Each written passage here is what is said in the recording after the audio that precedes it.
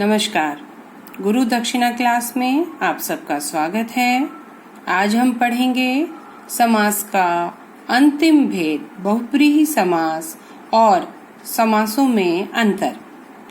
बहुव्रीहि समास समास का वह भेद है जिसका कोई पद प्रधान नहीं होता, जिस समस्त पद के दोनों पद किसी तीसरे पद की ओर संकेत करते हैं। तो देखते हैं परिभाषा। जिस समास में पहला पद और दूसरा पद मिलकर किसी तीसरे पद की ओर संकेत करते हैं, वहां बहुव्रीहि समास होता है। इसका कोई पद प्रधान नहीं होता। जैसे एक दंत अर्थात एक दांत वाला है जो गणेश। नीलकंठ, नीला है कंठ जिसका अर्थात शिव आदि। हम देखते हैं एक दंत में ना तो हम एक की बात कर रहे हैं ना दंत की बात कर रहे हैं। एक दंत समस्त पद हमें किसके बारे में बता रहा है? तीसरे पद माने गणेश के बारे में बता रहा है।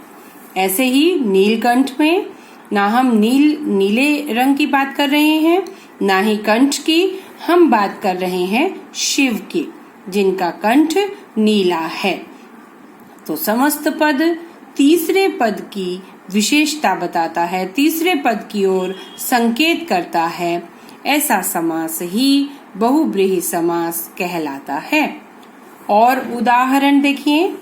गजानन, गज जैसे आनंद वाला, आनंद कहते हैं चेहरे को। गणेश। पंचानन, पांच हैं आनंद जिसके अर्थात शिव। चतुर्भुज, चार हैं भुजाएं जिसकी विष्णु। निशाचर, निशा में, निशा मतलब रात, निशा में विचरण करने वाला राक्षस। लंबोदर, लंबा है उदर जिसका, उदर कहते हैं पेट को। गणेश जी का पेट लंबा है इसलिए उनका एक नाम, मोटा पेट होने की वजह से उनका एक नाम लंबोदर भी है। तो इसका विग्रह हुआ लंबा है उदर जिसका गणेश। त्रिलोचन, तीन हैं लोचन जिसके, लोचन कहते हैं नेत्रों को, आंखों को। तो तीन आंखें किसकी हैं? शिव की। तो यहाँ बहुव्रीहि समास हो गया। चक्र पाणी, चक्र है पानी में जिसके, पानी कहते हैं हाथ को। चक्र है पानी में जिसके अर्थात कृष्ण या फिर विष्णु, दोनों ही हम लिख सकते हैं क्योंकि विष्णु का ही अवतार कृष्ण थे, तो कृष्ण के पास भी चक्र है और विष्णु के पास भी। दिगंबर, दिगंबर दिशाएं ही हैं वस्त्र जिसके अर्थात नग्न, जो नग्न है जिसने दिशाओं को ही वस्त्रों की तरह पहन रखा है उसे हम कहते हैं दिगंबर। पीतांबर, पीत हैं अंबर जिसके, अंबर कपड़े, पीत हैं अंबर जिसके अर्थात विष्णु। ऐसे ही एक और उदाहरण। 12 सिंगा, 12 हैं सींग जिसके हिरण विशेष, ऐसा हिरण जिसके 12 सींग होते हैं उसे हम 12 सिंगा कहते हैं। तो यहाँ हमने देखा कि समस्त पद के दोनों पद तीसरे पद की विशेषता बता रहे हैं और इसलिए यहाँ पर बहुव्रीहि समास है। कुछ उदाहरण बहुव्रीहि और कर्मधारय में एक से होते हैं। अब हम उनके बीच का अंतर जानते हैं। बहुव्रीहि और कर्मधारय समास में अंतर। कर्मधारय समास में एक पद विशेषण तो दूसरा विशेष्य होता है और एक पद उपमेय तो दूसरा पद उपमान होता है। जैसे महावीर, महान है जो वीर। यहाँ वीर विशेष्य का विशेषण है महान, जो महान है वह वीर। लेकिन बहुव्रीहि समास में दोनों पद मिलकर विशेषण का कार्य करते हैं और दोनों पद किसी तीसरे पद की ओर संकेत करते हैं। जैसे महान वीर है जो अर्थात हनुमान। दोनों में अंतर देखिए।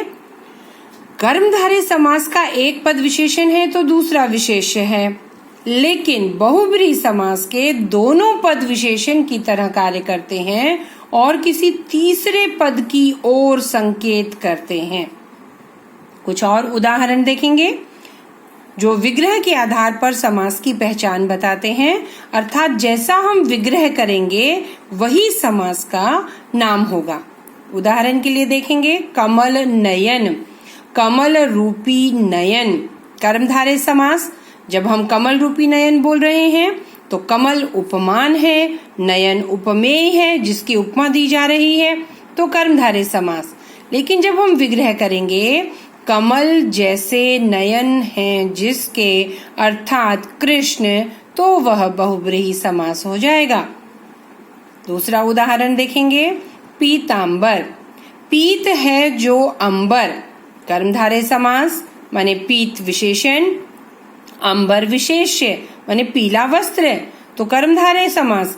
लेकिन जब हम विग्रह करेंगे पीले हैं वस्त्र जिसके, अर्थात कृष्ण, तो वह बहुब्रीहि समास हो जाएगा। ऐसे ही एक और उदाहरण नीलकंठ, नीला है जो कंठ कर्मधारय समास, और नीला है कंठ जिसका, अर्थात शिव, तो बहुब्रीहि समास। मैं समझती हूँ कर्मधारय और बहुब्रीहि समास का अंतर आप समझ गए होंगे। कुछ उदाहरण बहुब्रीहि और द्विगु में भी एक से ही होते हैं, तो उनका भी अंतर हम जानेंगे। समास के कुछ ऐसे उदाहरण भी हैं जो बहुब्रीहि और द्विगु दोनों में पाए जाते हैं, विग्रह के आधार पर अंतर किया जाता है। जैसे दशानन, दशानन में दश माने 10 गिनती का भी भेद कराता है। जब हम लिखेंगे 10 आननों का समूह तो द्विगु समास हो जाएगा। लेकिन जब हम कहेंगे 10 हैं आनन जिसके, अर्थात रावण, तब वह बहुब्रीहि समास हो जाएगा। ऐसे ही और देखेंगे चतुर्भुज, 4 भुजाओं का समूह। जब हम समूह और समाहार की बात करेंगे तो द्विगु समास। 4 हैं भुजाएं जिसकी, अर्थात विष्णु, तीसरे पद की बात कर रहे हैं तो बहुब्रीहि समास। और देखेंगे त्रिनेत्र, 3 नेत्रों का समूह तो द्विगु समास। और 3 हैं नेत्र जिसके, अर्थात शिव, तो बहुब्रीहि समास। तो ये था बहुब्रीहि और द्विगु में अंतर। मैं समझती हूँ आप लोग समझ गए होंगे। अगर आपको वीडियो अच्छी लगी तो कृपया इसे लाइक करें, शेयर करें और सब्सक्राइब भी करें। अन्य कोई वीडियो जो आप जानना चाहते हैं, अन्य कोई विषय जिसके बारे में आप वीडियो देखना चाहते हैं, तो कमेंट्स बॉक्स में जाकर बता दें। तो मिलते हैं अगली वीडियो में। धन्यवाद।